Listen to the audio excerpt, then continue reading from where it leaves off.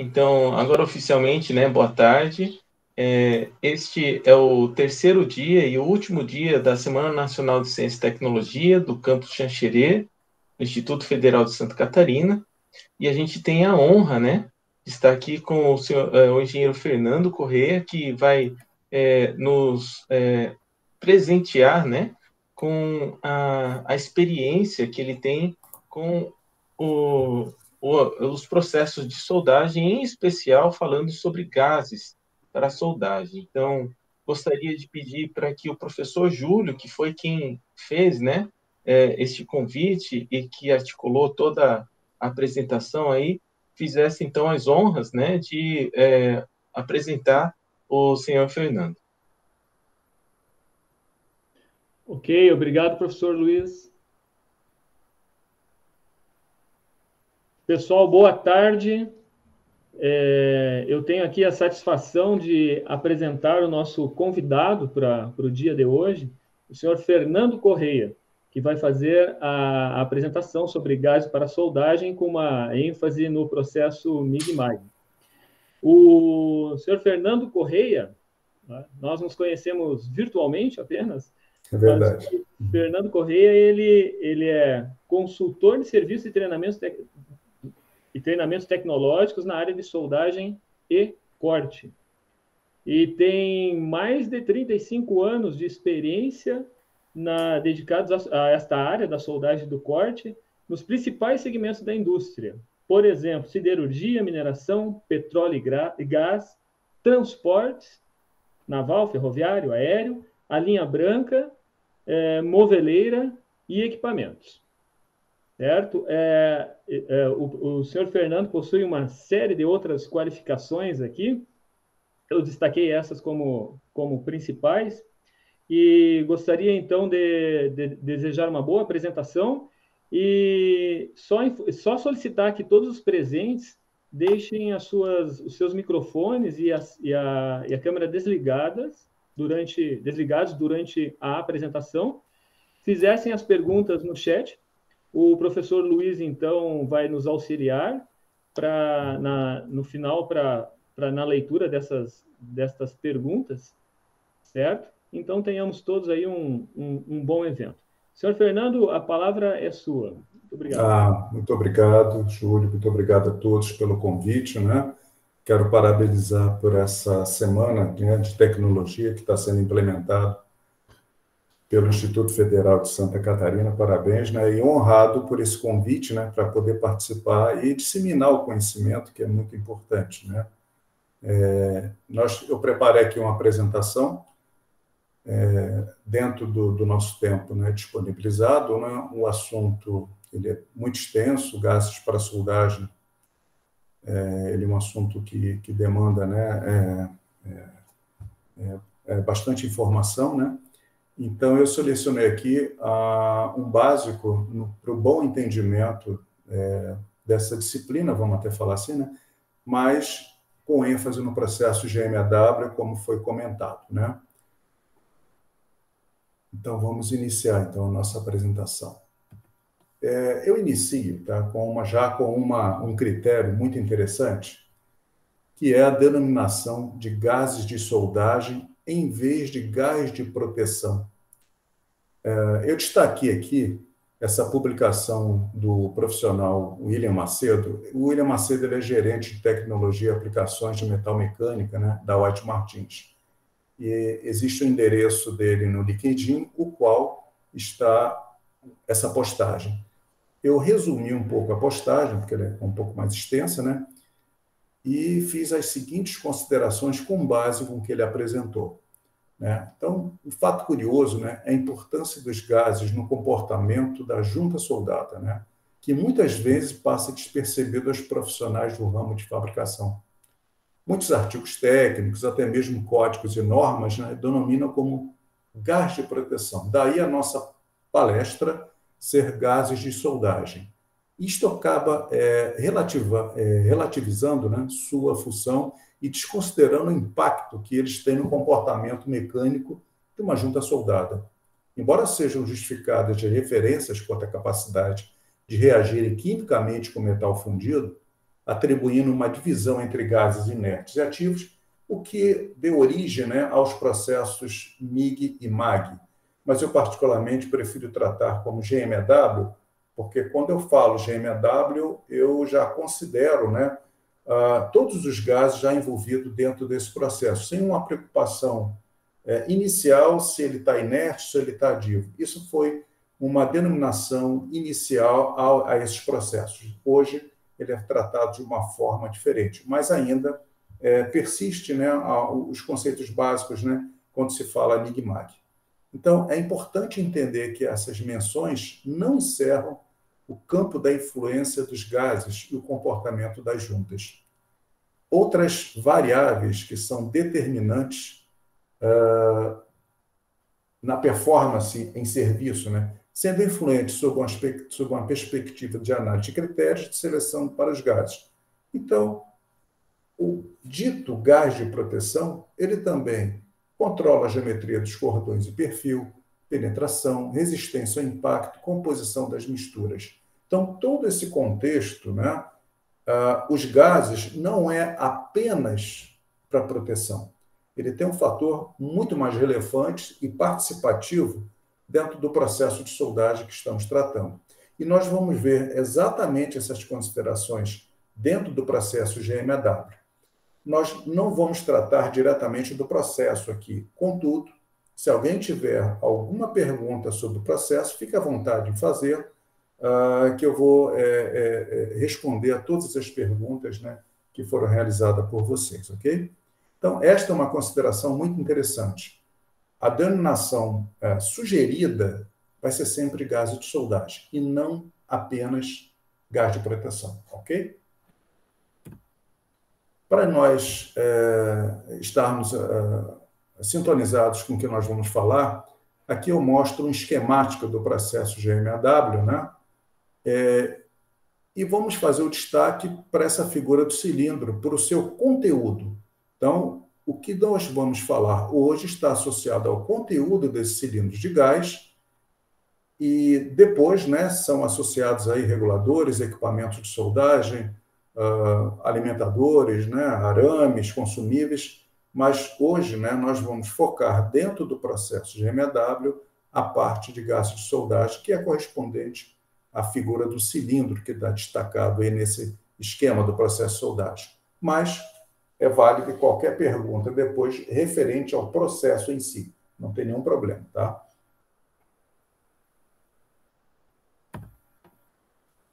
A atuação do gás de solda. Então, o gás de solda, né, ele está presente na poça de fusão e na zona do arco elétrico contra a contaminação de elementos presentes no ar atmosféricos.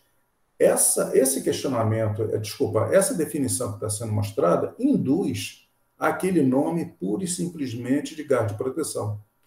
Haja vista que o ar atmosférico está compreendido por 79% de nitrogênio e 20% de oxigênio. Esses dois elementos são suficientes para promover contaminações durante a soldagem, né, e pode dar resultados indesejáveis depois. E ainda tem mais a parte da umidade presente. Então, quando você cria uma atmosfera com gás de solda, ele não somente ele vai proteger, ou seja, ele não somente vai evitar que essa parcela do ar atmosférico que está envolvendo, né, a soldagem participe, mas ele vai ter suas influências como a abertura e estabilidade do arco elétrico, geometria do cordão, transferência metálica, qualidade do metal depositado, principalmente, né, no que tange, né, ao primeiro impacto, que é o aspecto visual do cordão, fumos, respingos e algumas outras considerações que nós vamos estudar também. A figura mostra um arco no processo de GMEW, em spray, né, utilizando, aí, por exemplo, uma mistura de 96% de argônio e 4% de oxigênio. Então, essa mistura ela dá condições a uma regulagem no processo GMEW, a transferência por arco spray, e configura a imagem, então, essas pequenas gotas que estão sendo transferidas sendo que o diâmetro de cada gota é menor do que o diâmetro do próprio arame que está sendo utilizado. Então, nós vemos ali uma certa organização na distribuição dessas gotas transferidas, né, dentro do processo GMEW, e fazendo, então, o preenchimento de uma junta ou somente um cordão sobre chapa para demonstrar esse efeito, ok?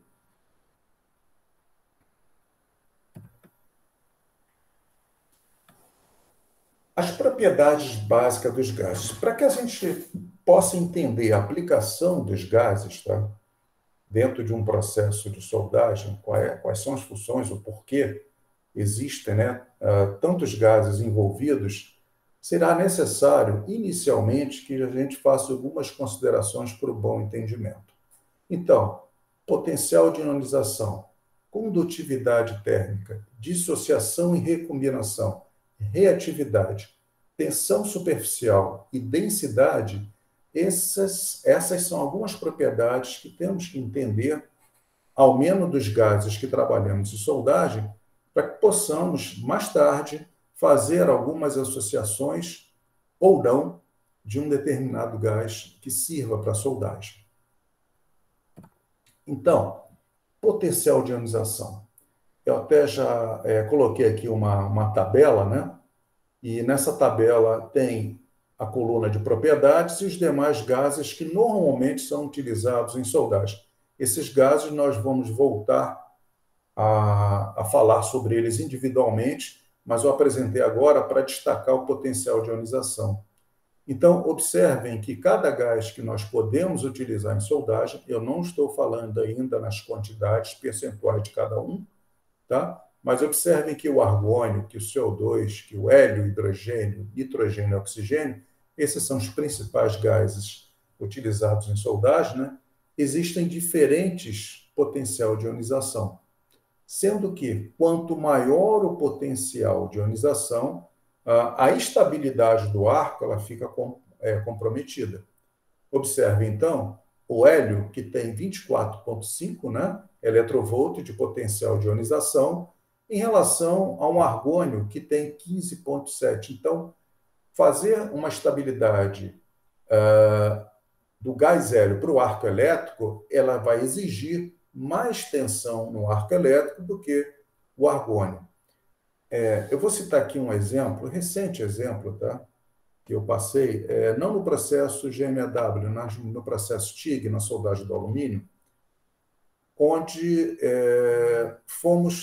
nós utilizamos hélio puro para uma soldagem do alumínio de uma espessura muito grande, né? Estamos falando aí na base aí de 200 milímetros de espessura. O que aconteceu? Os equipamentos utilizados eram de alta potência, cerca de 500 amperes, 600 amperes, isso trabalhando apenas com argônio. E não estávamos, ainda assim, conseguindo, né, uma efetividade de um ponto de fusão ou de uma poça de fusão mais fluida para que a gente pudesse conduzir a soldagem. Isso colocando uma regulagem do argônio de 500 amperes. Né? Imaginem, né, isso do processo manual ainda, com tocha refrigerada à água. E então nós fizemos uma experiência ainda de campo, isso era uma soldagem de campo, né? E nós utilizamos então o hélio puro, só para encurtar o papo, né? E para nossa grande surpresa, embora não foi assim uma situação desconhecida, né? Sabíamos que a tensão iria aumentar significativamente, mas a condição da corrente de soldagem de 500 amperes que nós estávamos utilizando com argônio, quando nós utilizamos o hélio, essa situação de 500 amperes diminuiu para 300 apenas. Então, além da participação do hélio, né, que ele, mais tarde a gente vai ver as características, que ele tem uma capacidade térmica muito elevada também, ele contribuiu para não trabalhar com o limite do equipamento de 500 amperes. Podemos trabalhar com 300 amperes. A tensão aumentou de trabalho. Com argônio, a tensão estava em torno de 15 a 16 volts. Utilizando o hélio, essa tensão passou para 26, 25 volts, bem elevado, tá? E assim foi possível, né, a gente concluir a soldagem que estávamos realizando. Isso é apenas só uma aplicação prática, né, do que envolve o potencial de ionização. Toda vez que eu falo potencial de ionização de um gás, eu vou trabalhar com o parâmetro elétrico de tensão, ok? Então, nós temos aqui uma tabela que tem o menor potencial de ionização, o oxigênio, e um maior potencial de ionização, sendo o hélio. Eu peço que vocês observem também o gás carbônico, embora aqui está 14,4, mas observa que o gás carbônico está sendo constituído por duas moléculas, uma molécula de carbono e duas moléculas de oxigênio. Isso traz um impacto também no potencial de ionização. Essa é uma tabela de informação química. É muito válido quando eu trabalho com gases simples, apenas argônio, apenas hélio, apenas hidrogênio, apenas nitrogênio, apenas oxigênio. Mas quando eu tenho uma molécula, uma composição de dois gases formando, né, um elemento ou uma molécula, né, como CO2, esse comportamento muda do potencial de ionização e vamos ter oportunidade de falar isso um pouquinho mais à frente. Então, o potencial de ionização é interessante, tá? E a gente faz, já adiantando um pequeno spoiler, as misturas em função disso também. Por que eu tenho tanta mistura à base de argônio, né, com percentuais diferentes? Um dos motivos, né, de eu trabalhar essa consideração seria a melhor estabilidade do arco com misturas ricas em argônio, ok? Condutividade térmica, observem o gráfico ao lado dos vários gases, né, que estão participando aí para ilustrar essa figura. Observem o hidrogênio, que tem uma alta condutividade térmica. Observem o argônio, que tem uma baixa, né, condutividade térmica. Então, eu tenho, assim, a grosso modo, gases quentes e gases frios, né? Então, o argônio, se por um lado ele tem uma boa estabilidade do arco elétrico, por outro lado, ele rouba um pouco o calor desse arco elétrico, né? E isso vai me trazer uma consequência de aplicação, né? Então, se eu tenho gases que dão maior condutividade térmica e gases que não me dão tanto, né, isso vai ter impacto na minha aplicação na escolha de um gás de proteção, por exemplo. Tá? Observem também o oxigênio. O hélio também tem um bom potencial de condutividade térmica, né? São gases quentes, né? O oxigênio, nós vamos ver depois que ele tem uma boa, mas eu não utilizo oxigênio na totalidade, no máximo 5%, mas ele vai servir muito bem para dar fluidez e para diminuir, né, algumas características de densidade do banho, né, da poça de fusão que nós vamos observar. Dissociação e recombinação. Então, lembra que eu falei da molécula do CO2, que ele teria outros comportamentos, por ser uma molécula?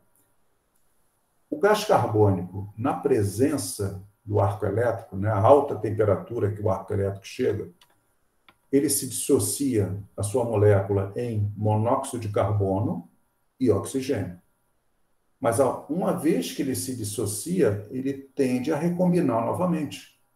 E essa dissociação, recombinação, gera mais calor no arco elétrico e gera também instabilidade. Então, aquela informação que o gás carbônico tinha, né, um potencial de ionização baixo, quando ele entra no arco elétrico, aquela configuração muda, porque ele passa a ter agora uma instabilidade no arco elétrico, ele passa a promover um pouco mais de respingos no processo de MEAW. Por outro lado, essa dissociação e recombinação é positiva em termos de calor. Então, ele passa a conceder, agregar mais calor ao arco elétrico, além dos parâmetros, né, de tensão e corrente que estão sendo regulados naquele momento. Tá? Eu vou até fazer uma ênfase bem interessante. Acredito que alguns de vocês já possam ter ouvido, até mesmo calculado a energia de soldagem. Nada mais é do que o cálculo da potência do arco, que é tensão versus corrente, dividido pela velocidade de soldagem. Isso é físico.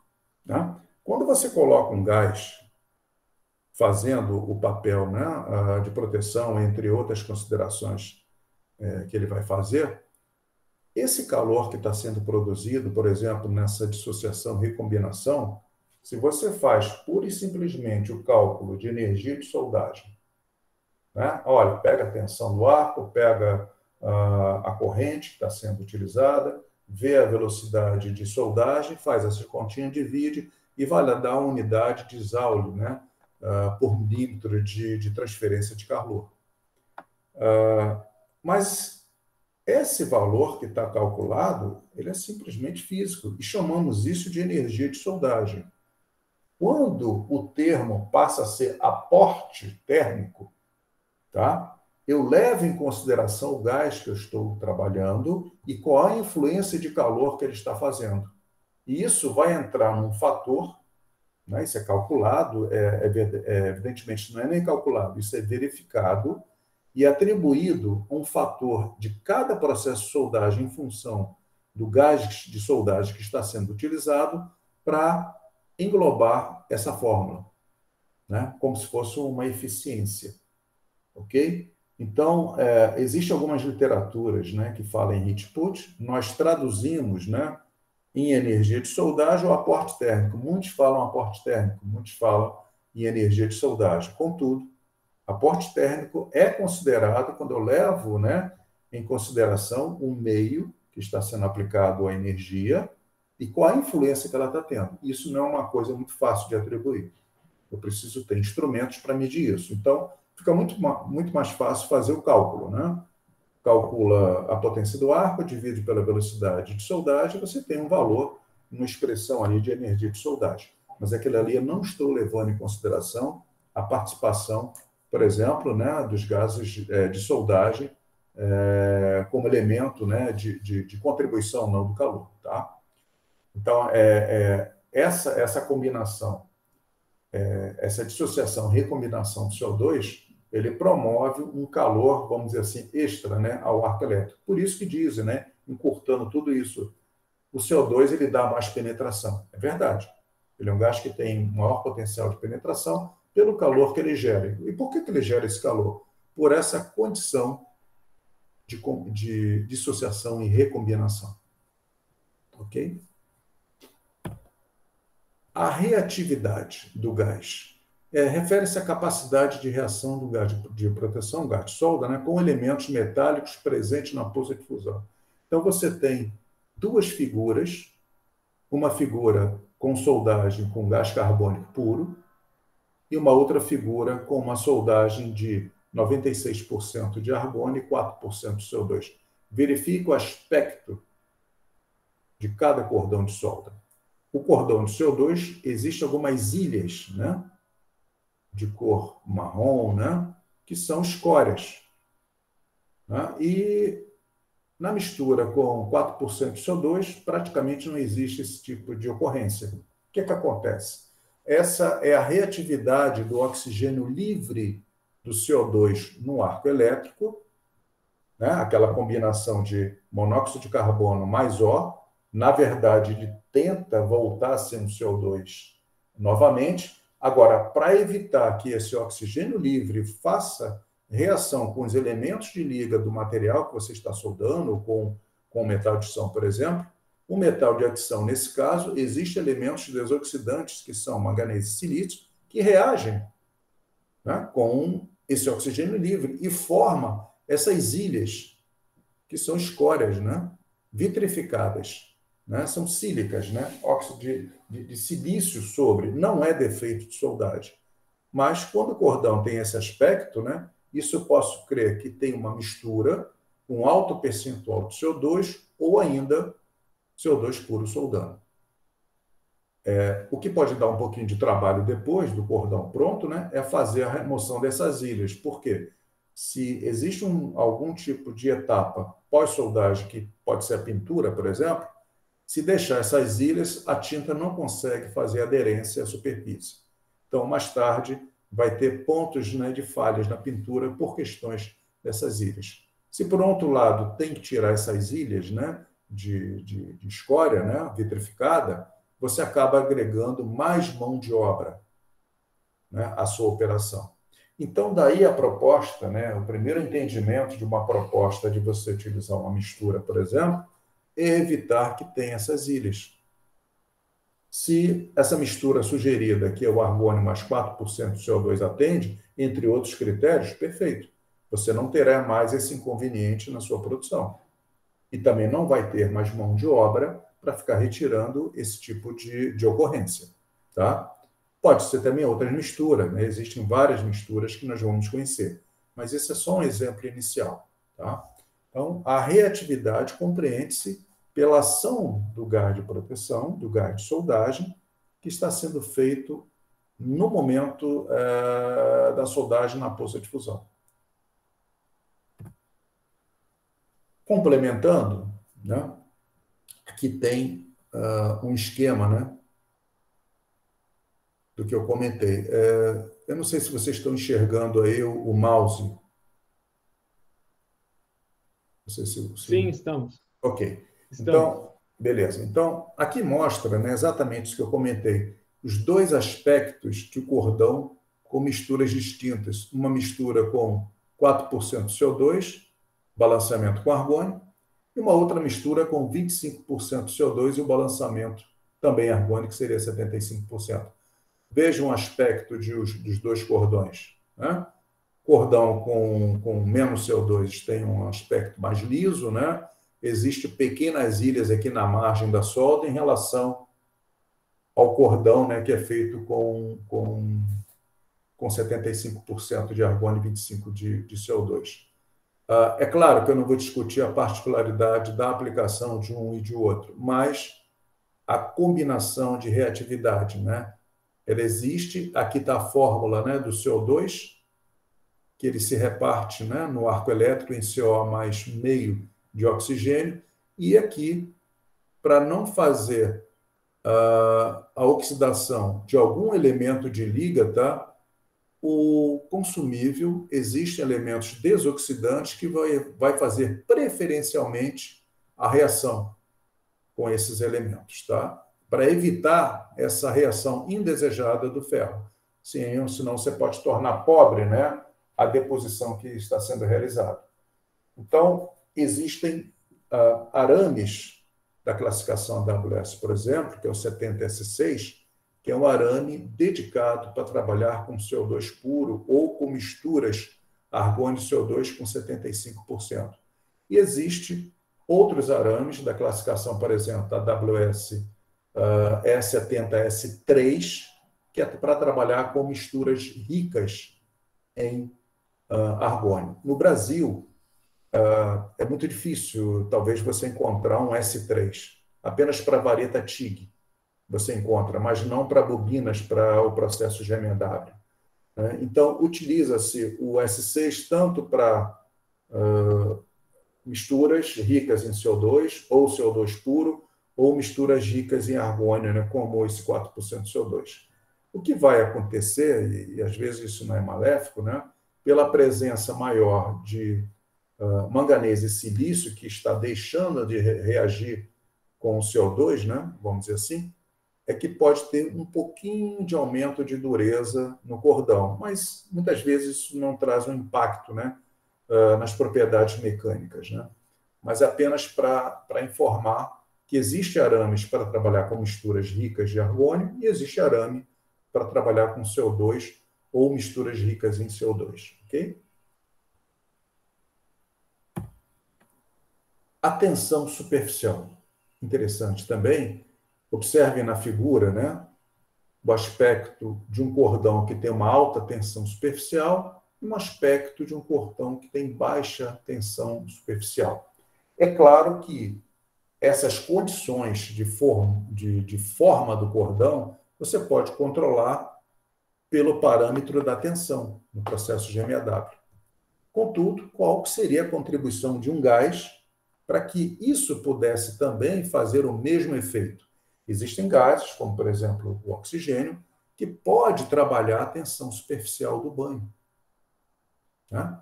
Então, sem necessariamente mexer na tensão da transferência metálica ou da regulagem que você está trabalhando. Existem considerações, muitas vezes, tá, em uma soldagem, dependendo da sua aplicação, por exemplo, é uma soldagem que vai sofrer esforços dinâmicos. Então, a influência da fadiga no formato do cordão é importante. Eu não desejo ter esse cordão alto, eu desejo ter um cordão baixo. Por exemplo, indústria automobilística, né, quando utiliza o processo de MEW, se preocupa bastante com essa questão da geometria do cordão. Nem tanto com a penetração, porque a chapa é fina, né? Mas o quanto ele vai ficar alto ou não.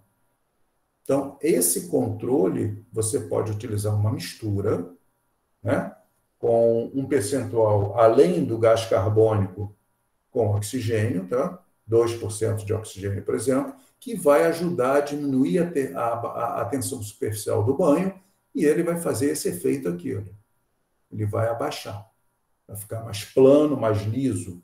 Dependendo da aplicação que você faça, pode entrar num conceito, né, de trabalhar também a tensão superficial. Isso é uma atribuição que o gás de soldagem pode contribuir. A densidade do gás é importante e vai de encontro à regulagem até da vazão. Por exemplo, o hélio ele tem uma densidade menor do que o próprio ar atmosférico, então é um gás leve. Então, nas regulagens de vazão, né, é sugerido que você possa regular de 2 a 2,5 vezes maior do que a regulagem normal de um gás que seja igual ou um pouco maior do que o ar. Tá? É claro que se você estiver aqui numa posição sobre cabeça, né, evidentemente invertida a essa figura que nós estamos vendo, será favorável até trabalhar, nesse caso, com hélio, né, porque o gás já está subindo mesmo. Né? Mas, normalmente, evita-se a posição sobre cabeça, só é utilizada quando não tem jeito mesmo. Então, nessa condição, se está utilizando o hélio, tem que se preocupar com a vazão. Voltando àquela aplicação que eu comentei com vocês no início, no processo TIG, né? Quando eu utilizei hélio puro, isso foi uma preocupação. Na vazão do argônio, a gente estava trabalhando com 12, né? com 15, né? No hélio, nós passamos a utilizar 25 litros por minuto, por exemplo. Então, tive que ter uma consideração extra com a vazão do gás para promover a proteção da solda que estava sendo realizada. Tá? Bom, dentro dessas propriedades que nós verificamos, vou voltar aqui um pouquinho, tá?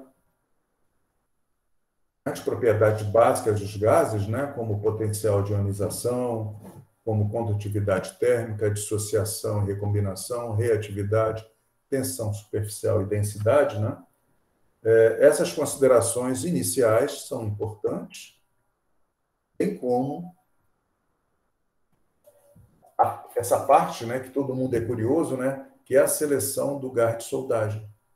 Como é que eu faço uma seleção do gás de soldagem? Quais são as considerações iniciais que eu preciso fazer? Tipo de material, condição que o material está, o modo de transferência metálica se tratando do processo de MEW e os requisitos de aplicação. Por exemplo, tem algum EPS agregado? É uma pesquisa e desenvolvimento que nós estamos fazendo para atribuir melhor um gás de soldagem, né, que deve ser utilizado. Então, esses são os requisitos iniciais para que eu possa fazer a seleção do gás de soldagem. Observem aqui nesse slide, né, porque existem diferentes misturas gasosas, né? Então, quem já trabalhou, quem já teve alguma experiência nesse campo, né, de você estar trabalhando com o processo de MEW, e você escutou falar, olha, tem mistura do C25, tem mistura de 20%, tem mistura de 15%, de 8%, de 4%, tem uma família de misturas, né, que podem ser trabalhados com o processo. O que eu vou utilizar? Como é que é essa dica? Né? Então, nós podemos fazer uma observação aqui, nessas figuras apresentadas. Primeiro, olha essa figura à direita, que eu tenho uma soldagem com 100% de CO2. Qual é a característica que está me dando aqui? Ó? Aqui é uma junta em ângulo, tá? Uma penetração bem consistente aqui, um cordão largo, né? Bem largo, e à medida que você vai diminuindo a participação do CO2, tá? Vejam que o perfil, a geometria, né, do cordão vai mudando. Quanto menos CO2 eu tenho na mistura, vai existindo esse formato, olha, de taça. Olha, o mesmo cordão, considerando 100% de argônio, olha o formato que ele está agora. Então, dentro desses critérios, dentro desse sentimento, eu vou encontrar uma mistura que seja adequada à minha junta, à minha espessura, à minha posição de soldagem, né, que eu vou precisar realizar, a minha transferência da metálica, que eu vou poder regular, né? A tecnologia do equipamento, será que ele tem arco pulsado? Eu vou precisar adequar a mistura, e eu já tenho aqui uma noção, uma breve noção de qual será o comportamento do perfil do cordão.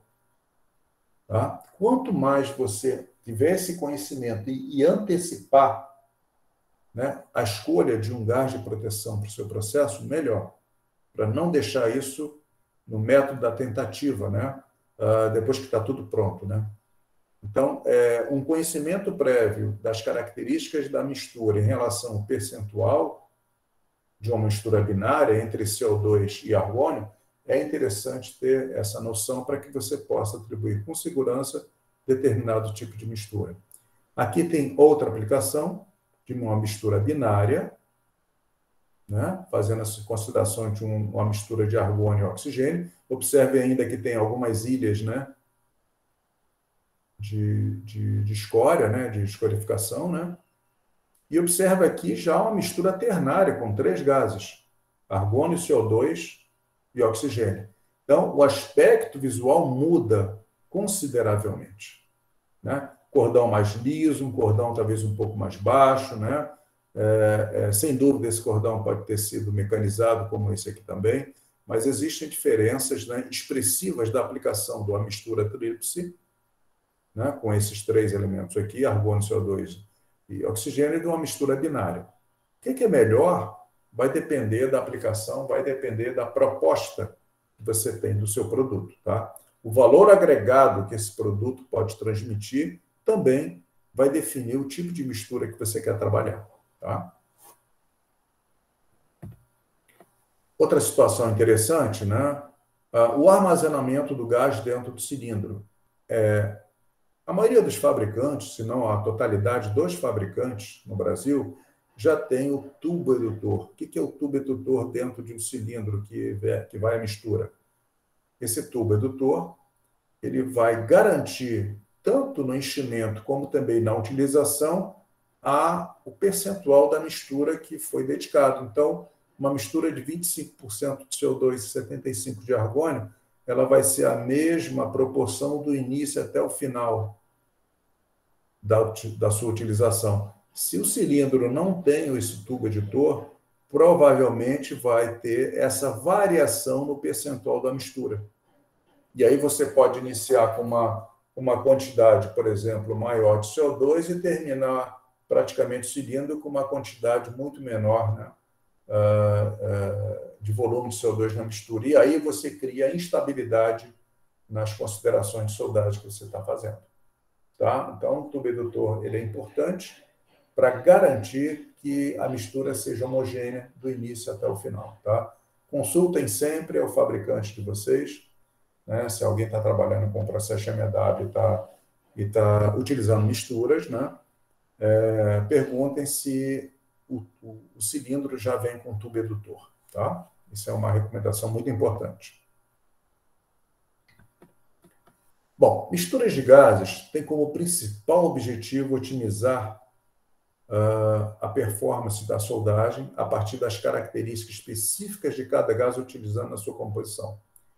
Podem ser binárias, terciárias ou até mesmo 4 gases. No Brasil, trabalha-se muito com misturas binárias, algumas ternárias e quase nenhuma quaternárias. Tá?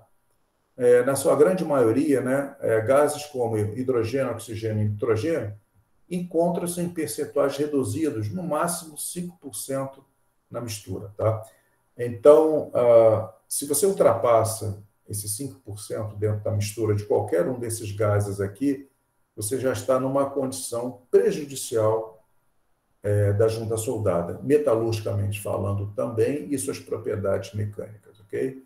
Então, você pode ter misturas com 2, 3, 4 ou 5% em qualquer um desses gases, né, que foram descritos aqui. Hidrogênio, oxigênio e nitrogênio. E cada um tem a sua função. Então, olha lá. Vou soldar um alumínio com o processo de MEAW. Vou usar uma mistura de argônio com nitrogênio. Não. Daqui a pouco vocês vão entender essa proposta, né, dos gases que nós apresentamos e o que eu escolho basicamente para soldar.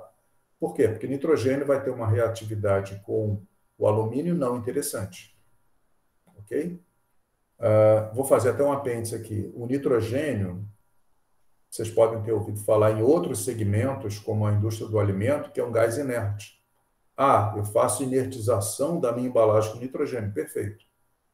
Contudo, quando o nitrogênio é aplicado na soldagem, mesmo em baixos percentuais, ele tem um comportamento ativo e não inerte. Por quê?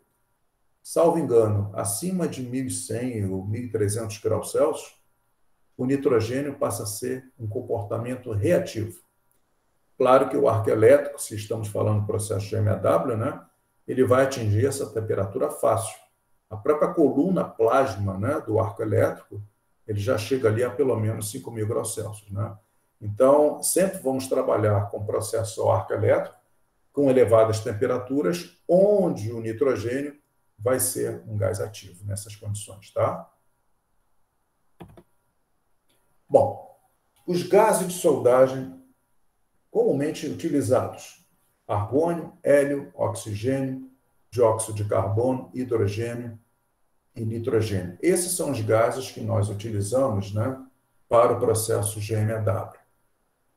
Eu destaco que o argônio e o hélio são gases tipicamente inertes, né, daí o nome MIG, e oxigênio, dióxido de carbono são gases ativos, o nitrogênio também, tá? Então vai originar o nome MAG, e o hidrogênio é um gás redutor, muito utilizado em misturas com o processo TIG, no máximo até 5% também. Tá?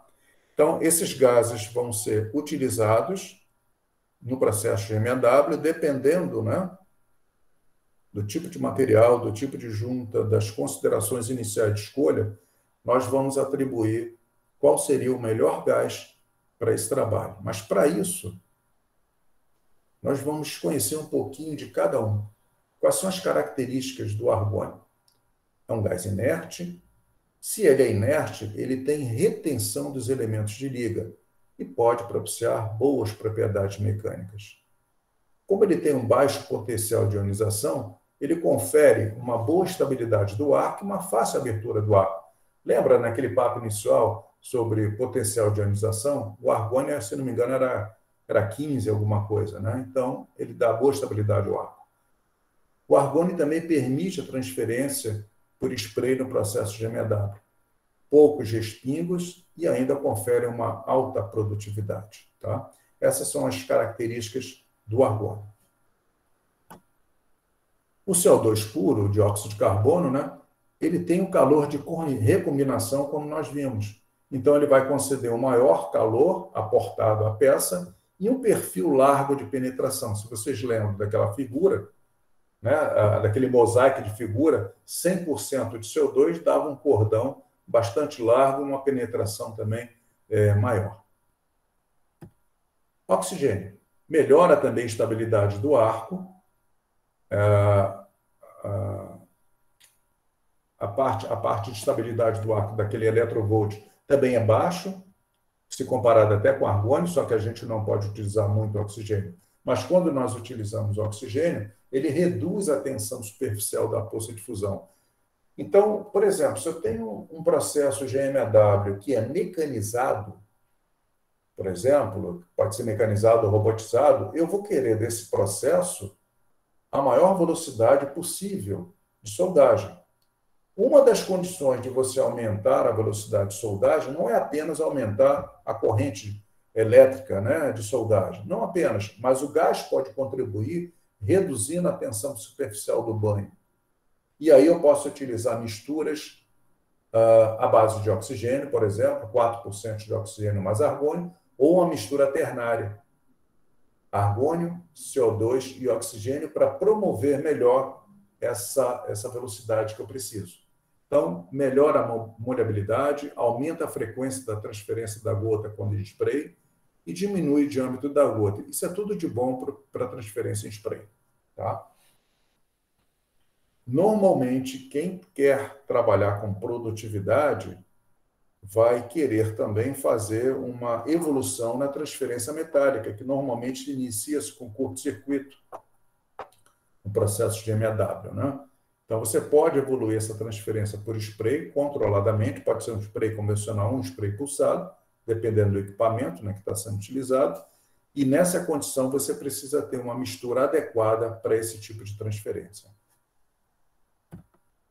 O gás hélio também ele é inerte igualmente o argônio, também tem retenção de elementos de liga por ser inerte, né? E também confere as boas propriedades mecânicas. A diferença, basicamente, para o argônio é que ele tem alto potencial de ionização, maior concentração de calor na peça, maior penetração, aumenta a fluidez da poça de fusão, você consegue trabalhar mais rápido, né? E desenvolver a maior velocidade de soldagem. Então, essas são as características do hélio. Se você mistura, por exemplo, numa soldagem de alumínio, que é uma liga, né, não ferrosa, e tradicionalmente você trabalha somente com argônio ou com gás inerte, qual é a proposta que eu tenho de misturar argônio com hélio? Eu aproveito a parte do argônio que diz respeito à estabilidade do arco e misturo um percentual de hélio, que pode ser 25%, 50% ou 75% de hélio, para eu conseguir o maior potencial de ionização e essas considerações também de penetração. Lembrando que o alumínio ele dissipa muito calor, né? Então eu preciso incrementar bastante, né, o calor envolvido ali na poça de fusão. Tá? Então, essas considerações, esse conhecimento que você tem basicamente do gás, você consegue entender o porquê que nós estamos promovendo alguma mistura, né, para o processo. O hidrogênio, né, ele também propicia maior calor no arco, também confere a maior fluidez, mas a principal aplicação, quando você coloca um hidrogênio numa mistura, por exemplo, né, tem que tomar um cuidado, porque hidrogênio ele pode ser considerado como um contaminante na soldagem, né? A molécula do hidrogênio é muito pequena, assim como também do hélio. Mas o hidrogênio, em particular, ele não pode ficar retido dentro do cordão de soldagem. Então, o hidrogênio ele só passa a ser útil em considerações de pequenos percentuais da mistura, até 5%, e em ligas austeníticas. Né? A estrutura metalúrgica austenítica não retém o hidrogênio. Por exemplo, os aços inoxidáveis, né, da série 300, todos são austeníticos, e existem misturas à base de hidrogênio e também nitrogênio, para melhorar a austeritização do material. Né? E o hidrogênio também pode ser uma mistura dedicada para o processo TIG, para soldagem de inox, principalmente mecanizado. Tá? Então, ele promove um aspecto visual do cordão excelente, fica polido. Tá? Existe um cuidado todo especial quando se utiliza a mistura com hidrogênio para processos manuais, porque ele vai incrementar mais o calor na poça de fusão e o soldador tem que ter uma habilidade suficiente para correr mais com a mão. Um processo mecanizado, você basta controlar, né, essa velocidade no equipamento, né, ou no sistema mecanizado, se tem, ou robô. Tá? Mas o grande apelo do hidrogênio seria a melhoria da aparência da superfície, né, do cordão de solda. Fica polido. O nitrogênio, inerte em baixas temperaturas, relembrando, né?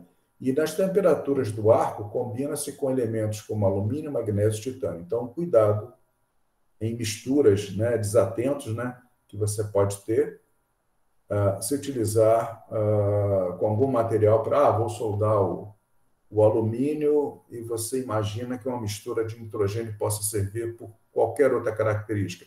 Não vai servir.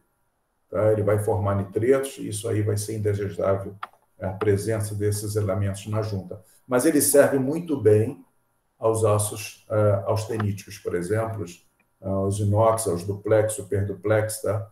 Em percentuais de 2 a 2,5% na mistura com argônio, ele vai muito bem, tá? Ele é bem-vindo. Aqui é um resumo, tá? Apresentado tudo que nós comentamos. Observe o potencial de ionização, a sua condutividade térmica e a densidade.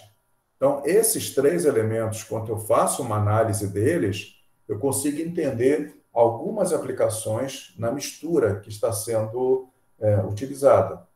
Né? Se é uma mistura que tem mais argônio, que tem mais CO2, eu entro no melhor entendimento quando eu avalio essas questões das propriedades dos gases.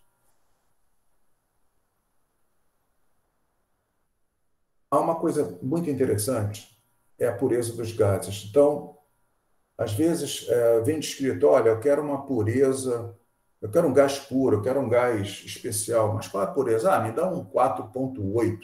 Alguém já deve ter ouvido falar isso. O que é o 4,8? Está aqui a explicação. Os 4 algarismos representam o número de noves. Então, se é 4, são 4 noves. 1, 2, 3, 4. O 4,8, o decimal 8 representa o último algarismo. Então, o que é um argônio 4,8? É um argônio de elevada pureza até, que tem 99,998. Ok? Número 4 representa o número de noves. E o número 8 é o último dígito, né, dessa sequência. Então, fica 99,998. Ah, e se for um 5,0?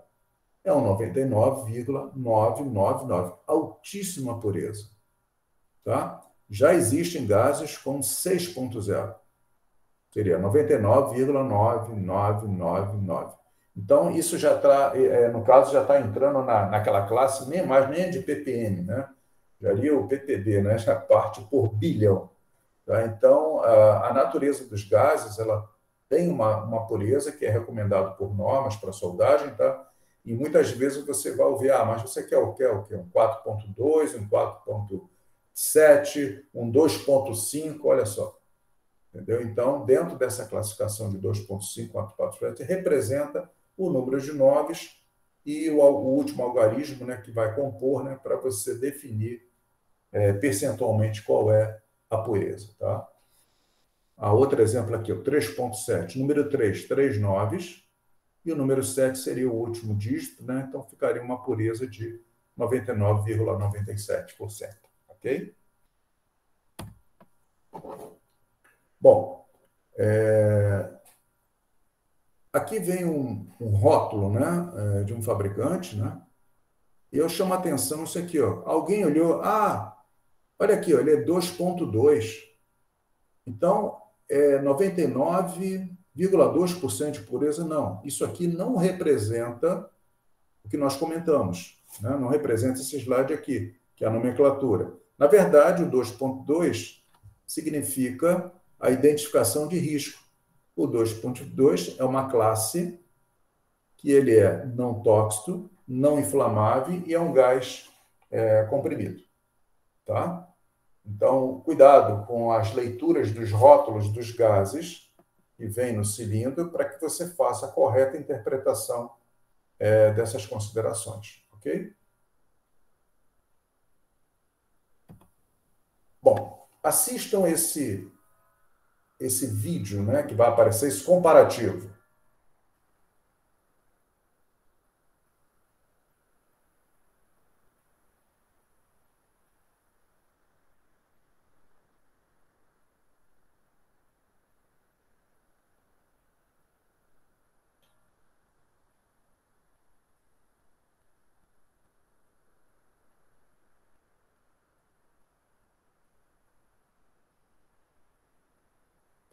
Pessoal, isso é uma atividade prática que eu participei e estamos utilizando o mesmo processo de soldagem MEW, só que um é convencional e o outro é pulsado. Um está trabalhando com circuito e o outro trabalhando em spray. Essa situação de curto-circuito é como estava. Isso aqui é uma peça de automóvel, tá? O que estava acontecendo? Na junta soldada, né, não estava passando no processo no ensaio de fadiga, estava rompendo sempre na solda e não estava conseguindo a quantidade de horas suficiente, né, que estava sendo imposto o teste. O teste também de vibração nesse produto aqui. O que nós sugerimos? Primeiro, nós vimos o equipamento que estava sendo utilizado. Era um equipamento que tinha um recurso do arco pulsado. E eles estavam trabalhando com uma mistura de 75% de CO2, balanceamento argônico. Essa mistura, para processos mecanizados, principalmente nessa condição de peças aqui de espessuras finas, ela não é a mais indicada. Nós evoluímos, então, para uma mistura de 92% de argônio e 8% CO2, o que já propiciou uma regulagem do equipamento em spray e também em spray pulsado. Inicialmente, a peça era posicionada dessa forma aqui. Nós sugerimos que mudasse para essa forma, fizesse uma inclinação, para quê? Para que essa junta em ângulo aqui pudesse ficar exatamente nessa posição plana. Né? Aqui está na posição horizontal. Esses gráficos aqui que vocês estão vendo, tá? É um equipamento que eu tenho, que ele me revela como está a regulagem do equipamento. Observem que tem uma figura que está com muitos ruídos aqui na parte interna, que é característica do curto-circuito.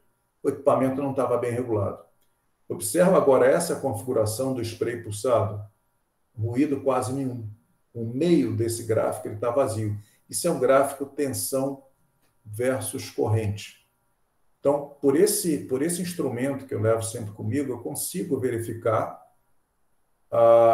os parâmetros de tensão e corrente se eles estão equalizados. Aqui mostra os outros gráficos que são oscilogramas, oscilograma da transferência em curto-circuito e oscilograma da transferência pulsada. Com esses oscilogramas eu posso analisar a situação durante a soldagem e se existir algum pico de irregularidade, eu consigo observar também a condição que está sendo feita. Tá? Agora, graças ao gás de soldagem que foi trocado, nós conseguimos um menor tempo do arco, né? Estava sendo feito em 13,25, evoluímos para 10,6. Nós conseguimos também uma melhor qualidade em termos de aspecto visual do cordão, o que isso é bom para os testes posteriores que estavam sendo feitos. Esse produto aqui é uma barra de direção, tá, de um veículo, né, que estavam produzindo, e não estavam conseguindo obter satisfatoriamente êxito nos ensaios. Estava existindo bastante problemas de, vamos dizer assim, de defeitos, né, de refúgio, vamos dizer assim. Então, nós eliminamos essas condições, mudando, né, as características do gás de soldagem. E também o processo, embora sendo GMAW, passou, então, a ser pulsado. Tá? Por quê? Porque o recurso, o equipamento tinha, apenas eles não estavam sabendo trabalhar muito bem essas questões. Tá?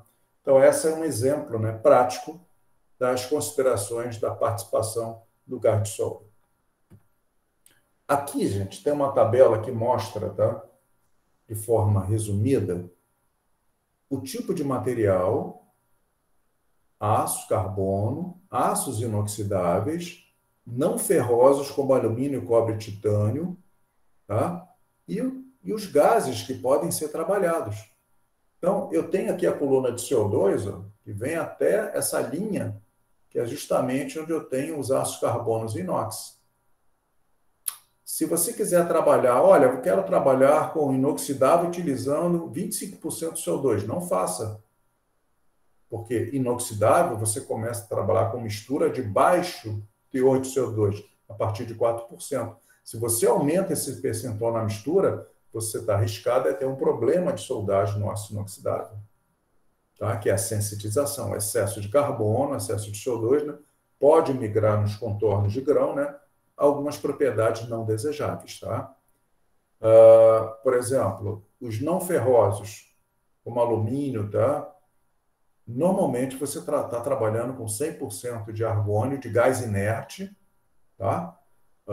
Ou 75% em mistura com hélio, ou 25% com mistura também com hélio. Embora, gente, existem alguns desenvolvimentos não relatados, não referenciados ainda na soldagem do alumínio, que existem misturas de argônio com ppm de oxigênio. ppm, coisa muito mínima. Para que isso? Para que eu melhore aquela condição da tensão superficial do banho. Né? Você deixa mais fluido.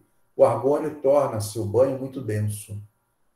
E, às vezes, você cria algumas situações de velocidade de soldagem não muito bem desenvolvido, embora ela propicie o spray arc. Né? Mas, se você colocar um pouquinho de oxigênio na mistura, melhora muito essa condição. Estavam fazendo experiências com ppm de oxigênio de tal maneira que eu não prejudique o alumínio, essa quantidade ínfima, mas eu melhoro uma condição, né, de molhabilidade do cordão. Tá? Então, isso aqui é uma tabela bastante prática, tá? Que mostra quais são os percentuais de CO2 em função do tipo de material que você quer soldar. E mostra ainda as possibilidades de regulagem do equipamento, do processo de MEW. Pode, por exemplo, essa mistura 1882 pode ser trabalhada em curto-circuito, pode ser trabalhado em spray ou spray pulsado. Se você quiser trabalhar com aço carbono com 80-20, somente em curto-circuito é indicado. É difícil ter a regulagem spray, mais difícil ainda se for spray pulsado. Então, eu consigo ter spray pulsado numa mistura argônio e CO2 a partir de 18% ou menos de CO2. Tá? Eu não coloquei aqui misturas ternárias, né, para não fazer muita confusão. Mas existem misturas ternárias também para soldagem do aço carbono, para soldagem dos aços inoxidáveis. Tá? Isso é apenas uma tabela de orientação. Agora, era até um pouco tempo atrás, né, escolher uma mistura era difícil, porque os fabricantes davam marcas, né?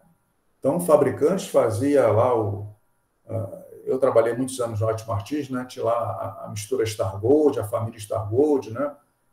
Outros fabricantes batizavam os nomes, né? Então, a gente ficava muito complicado. Tá, mas o nome é bonito, mas qual é o percentual da mistura? Eu preciso ter essa natureza de informação. Mas, por uma questão de proteção de mercado na época, né? Ficava, às vezes, difícil de saber exatamente que mistura era aquela.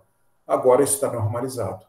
O padrão da norma AWS A532 determina que no rótulo do cilindro venha mencionando, né, um código que está aqui apresentado, e esse código revela os percentuais da mistura. Tá? Então, se tem uma classificação M12, por exemplo, né, existe um exemplo que eu vou fazer depois, né, a designação AWS, né, é acreditada assim, M12, sendo que uma mistura de argônio e CO2 e 2% de CO2. Tá? Então, existem hoje essas considerações importantes de observar os rótulos das misturas hoje, que tem que vir com essa discriminação conforme a norma. Tá? No Brasil, se utiliza a norma AWS, em qualquer um dos fabricantes, tá? Que você possa estar adquirindo o seu produto, sua mistura, por exemplo, já vem essa identificação de rótulo. Tá? Vamos evoluir um pouquinho aqui. A Petrobras também está fazendo menção, está dentro da sua norma, que é a muito conhecida como N133, tá? Aqui está destacando, né, que o gás de proteção, o gás de solda, né, deve ser conforme requisitos, conforme a AWS A532. Então, as obras Petrobras já têm essa premissa para utilizar as referências da AWS. Aqui eu dou um exemplo, tá? Desse fabricante, né, que é a Liquid. Aqui tem o rótulo, o cilindro, né? Eu vou ampliar esse rótulo e está aqui, ó, a AWS 5.82 ou a ISO 14175, que graças a Deus unificaram o entendimento. Está aqui o código da mistura e o seu volume interno, tá? Outro padrão aqui de cilindros, outro padrão de rótulo do mesmo fabricante. Está aqui a identificação ISO 14175, M1, a mistura M12, a RC2. O que é isso aqui? É 2% de CO2. Tá? Outro fabricante, agora aí do Stargold Premium, tá? Aqui já está mostrando, tá? A AWS A532, a ISO correspondente, e uma mistura M20. A mistura M20 é 20% de CO2. E o M de mistura, tá? Aqui tem outra situação. Agora tem uma mistura aqui, tríplice, tá? Tem a letra Z, né? ZARCN, ou seja, 3% de CO2 e 2% de nitrogênio. Essa mistura aqui, pessoal, é uma mistura que é denominada de Stargold SS, que é para ácidos inoxidáveis austeníticos. Tem um percentualzinho de nitrogênio para ajudar na austenitização, né, na soldagem, ok? E é um baixo teor de CO2. Lembra que eu comentei, não pode passar de 5%, né? Esses elementos, senão você vai criar um outro problema para o ácido inoxidável, mas nesse percentual ele vai atender muito bem, ok? Aqui apenas uma explicação da classificação dos gases de proteção. Tá? Quem tiver essa norma, né, da AWS está muito bem avaliado.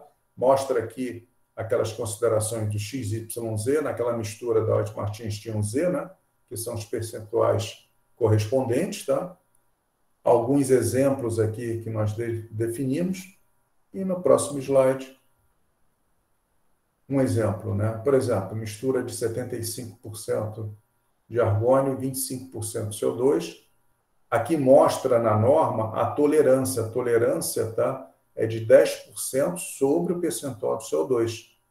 Então, 10% sobre 25% é 2,5%. Então, a mistura pode ter uma tolerância sendo 25% de mais ou menos 2,5%, ou seja, ela pode ser de 22,5% a 27,5% de tolerância. Mas isso aqui é o fabricante que tem que entrar dentro desses critérios, tá?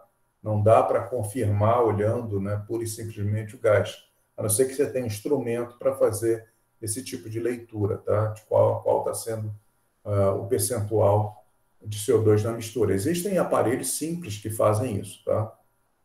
É sempre interessante, às vezes, a empresa ter.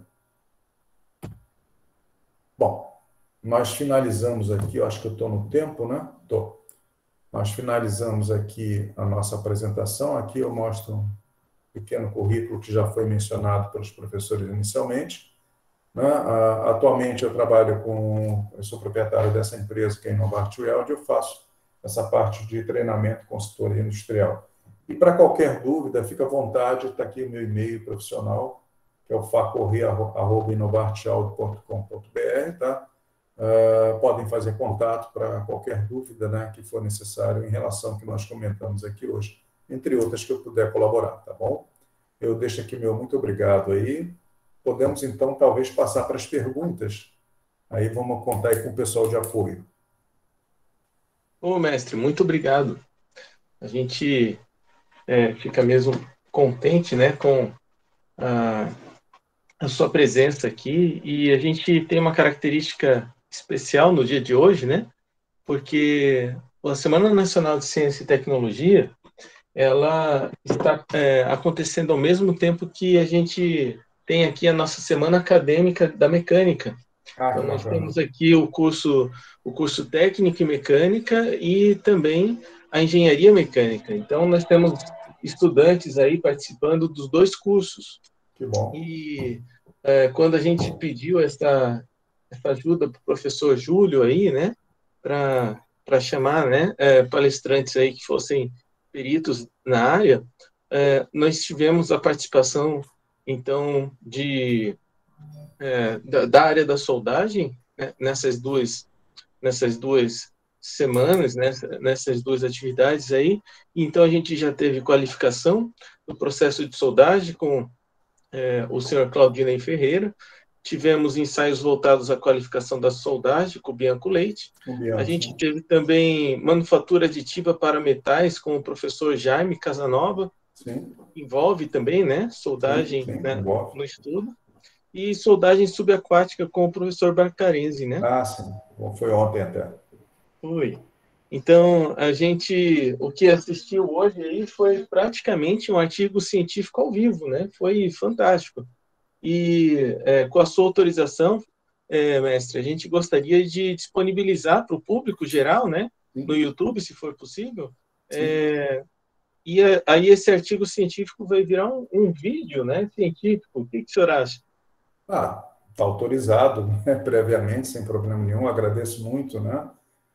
Fico honrado, né, com essa disponibilidade que vocês estão fazendo, né, da nossa palestra aqui, né, conferindo aí essa participação junto a essa semana, né. Fiquem à vontade, por favor. Então, a gente teve aqui algumas perguntas, né, e Claro, eu quero vamos lá. deixar...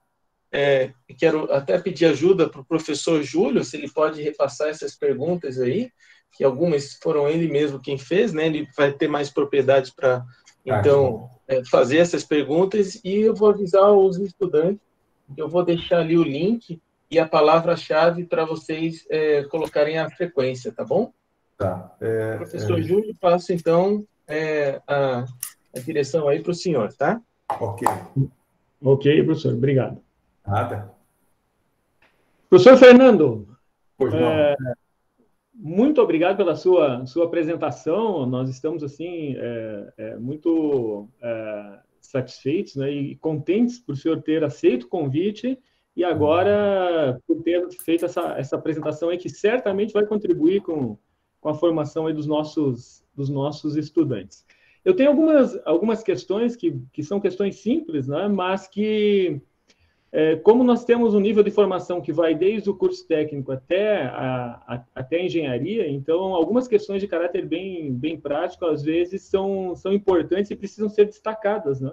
Claro. Então, em função disso, né, eu gostaria que o senhor só reforçasse e desse uma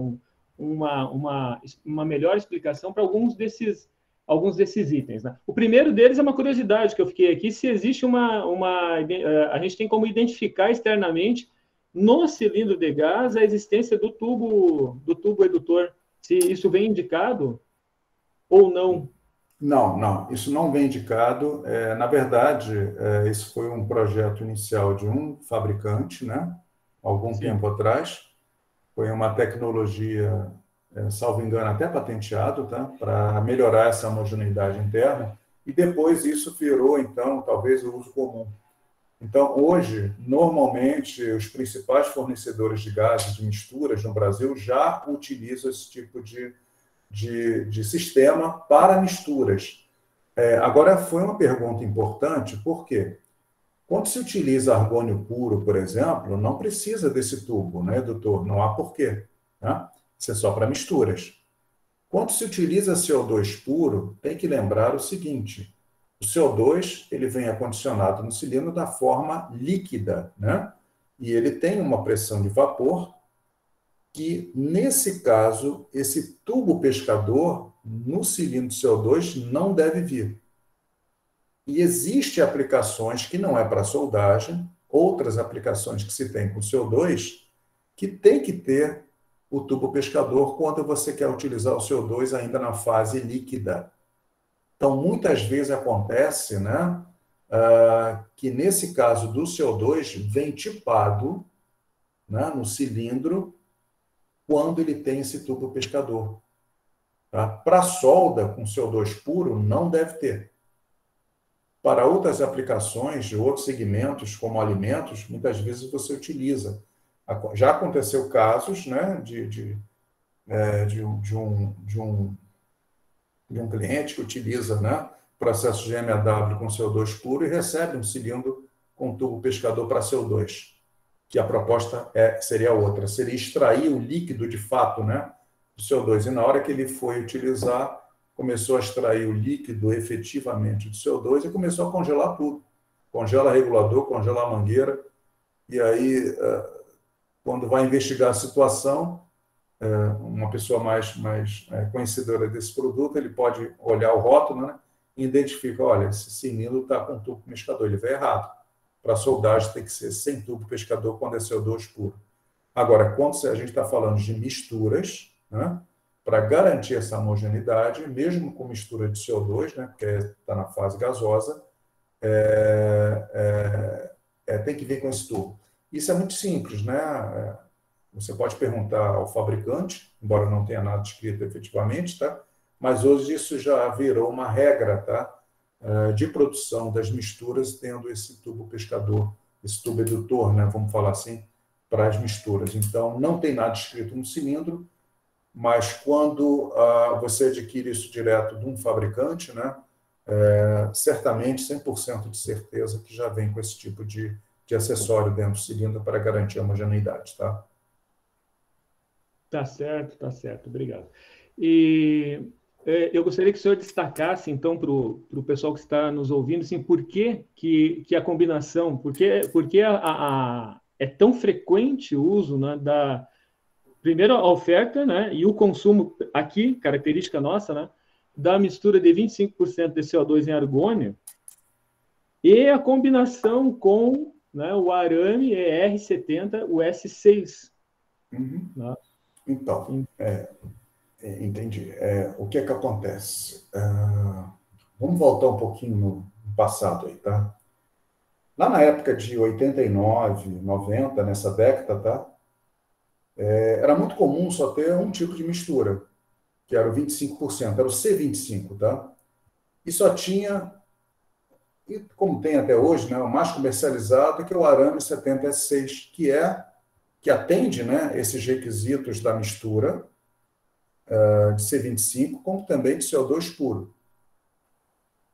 Com a evolução das famílias, né, de gases para soldagem, né, tanto dos fabricantes que foram trabalhando aqui no Brasil, né,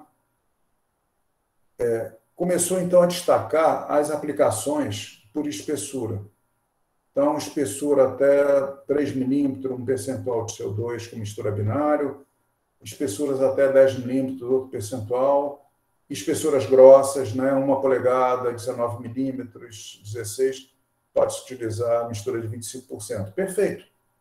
Só que a comercialização do arame não evoluiu para adequar essas misturas ricas em argônio, continuou trabalhando com S6.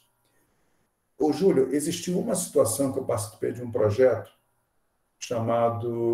um projeto que a gente fez para a indústria automobilística, mas a indústria automobilística, assim, trabalhando no mercado de concessionárias, tá? Quando os fabricantes de automóveis exigiram às concessionárias que utilizassem o processo GMAW para a recuperação da lanternagem dos carros, tá? Então, utilizavam óxido etilênico, aí mudou, de repente, essa obrigatoriedade. Então, foi uma loucura para vender equipamento de soldagem MIG de 250 amperes ou de 180. Aí nós fizemos um projeto, na época eu trabalhava na Ante Martins, fizemos um projeto utilizando mistura de argônio com 4% de CO2, arame de 0,8, só que esse arame nós fizemos uma compra dedicada a um fabricante que era a Belgo Mineira, de S3. Né? Então, trabalhamos com o arame correto, com a mistura mais adequada para a chapa fina e para um equipamento MIG-MAG de baixa capacidade, 180 amperes no máximo. E aí a gente fez esse casal 20, que chamamos na época, né, para poder fazer essa comercialização direta ao mercado de oficinas, né, mecânicas. Tá? Então, essa foi uma consideração que eu lembro, que tivemos a disponibilidade do S3 para venda como rolo de arame para a GMAW. Mas hoje eu acredito que não tenha mais essa consideração. Todo mundo continua trabalhando com misturas, mas utiliza-se ainda o S6. Interessante é que, para fazer a vareta TIG, né, você não faz vareta TIG de S6, faz vareta TIG de S3, e está certo. Até porque você não tem misturas com argônio e CO2 para TIG, então você tem que trabalhar com um S3, que é baixo manganês e baixo silício, né? Então, assim, se os fabricantes hoje no Brasil, eles têm produção de S3 para vareta, mas dentro da fabricação dessas varetas, se quiserem fazer a sequência para o bobinamento, né, para bobinas de S3 de GMAW, podem fazer. A questão só é a demanda. Né? Ou a demanda ou a exigência do mercado em trabalhar com o S3 para as aplicações de GMAW com misturas ricas de argônio. Mas que existe. Apenas adequar, acertar esse tipo de exigência, né, que é feita pelos usuários, né? Então, hoje trabalho muito com S6, ainda com misturas ricas em argônio, tá? Mas é uma questão só de talvez fazer uma exigência da aplicação, tá? De adequar o arame ao tipo de mistura que está se trabalhando. Então, assim, a partir de 18%, 15% para baixo do CO2, já pode-se entrar na configuração de utilizar um S3, tá? Sim, Não sei então, se eu cheguei a responder a sim, contento. sim, respondeu. Aham. Então, a restrição é mais do fornecimento do arame, exatamente, do que a questão da disponibilidade das misturas, né? Exatamente, a mistura você tem hoje. Nossa, tem muitas Uhum. misturas, tem famílias grandes de mistura de qualquer fabricante. O problema é você encontrar no mercado o S3 para GMW. Para TIG tem a vareta, não tem problema. Mas outros países utilizam normalmente o S3, tá? O S3 ou o S6, né? Dependendo do gás de solda que se está aplicando, entendeu? Sem problemas. Certo, certo. Fernando, a gente está se encaminhando aqui para o final do nosso período aqui Sim, das perguntas. E enquanto não aparece uma nova pergunta no chat, eu vou fazer pode mais fazer. uma que já estava ali. O senhor sabe que nós temos aqui uma escola, né? Então, muitas pessoas que chegam até aqui no início não têm informação nenhuma a respeito da parte técnica, né? E vão Sim. adquirir esse conhecimento ao longo aí da sua formação. Então, eu formulei uma pergunta aqui que é mais para que os nossos estudantes possam, com a sua ajuda, entender a importância de se refletir sobre as aplicações, se refletir mais detalhadamente, né, sobre as aplicações do que efetivamente ficar, talvez, memorizando algumas aplicações gerais e específicas. Eu fiz a seguinte questão: o que aconteceria se equivocadamente um soldador utilizasse uma mistura de 25% de CO2 em argônio no processo GTAW, na TIG? Tá? Uhum. Qual seria o efeito, né? O impacto, né? O impacto, né, da ação dessa mistura ali, naquela circunstância? É uma pergunta muito interessante, né? Muito interessante mesmo. Vamos fazer o seguinte entendimento. Por que o processo TIG, o nome já diz, né? Tungstênio Inert Gas, né? Por que ele tem que ser em gás inerte? Não é pelo material de base. Tá? Até porque soldar um aço carbono com essa mistura de 25% na GMW, sem problemas. Mas por que no TIG dá problema? Não é por uma situação de metal de base. É única e exclusivamente por contaminação do eletrodo tungstênio. Pura e simplesmente. Tá? Se você utiliza um gás ativo da forma que você falou, 25%, equivocadamente, né, no processo TIG, o impacto maior vai ser no eletrodo de tungstênio, que ele é não consumível, ele vai passar, o CO2, né, vai passar a ser reativo no eletrodo de tungstênio, simplesmente você não vai ter condições de soldabilidade. Na verdade, você vai contaminar a sua solda com o eletrodo de tungstênio, não com o gás que você está aplicando. Então, a restrição do processo TIG, isso é bem interessante, é tudo por causa do eletrodo de tungstênio. Eu costumo falar com meus alunos assim, olha, quem já viu uma lâmpada incandescente, né? Que agora está saindo fora de moda, né? Então, aquele filamento dentro da lâmpada incandescente, aquele filamento é de tungstênio. E dentro da lâmpada, qual o gás que tem ali dentro para preservar aquele filamento? É o argônio. Eu sei disso porque, como eu trabalhei no Osmo Martins, um dos fornecimentos de argônio, não só para soldagem, era essa aplicação para a indústria, né, de lâmpadas com argônio. Tá? Então, o processo TIG, ele exige, pela sua natureza de concepção no eletrodo que compõe, exige gás inerte. Se colocar um gás ativo, quem vai sofrer as consequências inicialmente é o eletrodo tungstênio. Depois, essa contaminação do eletrodo tungstênio vai passar, evidentemente, para a deposição no banho, né, da poça de fusão e fazer a contaminação do tungstênio também na soldagem que está se realizando, entendeu?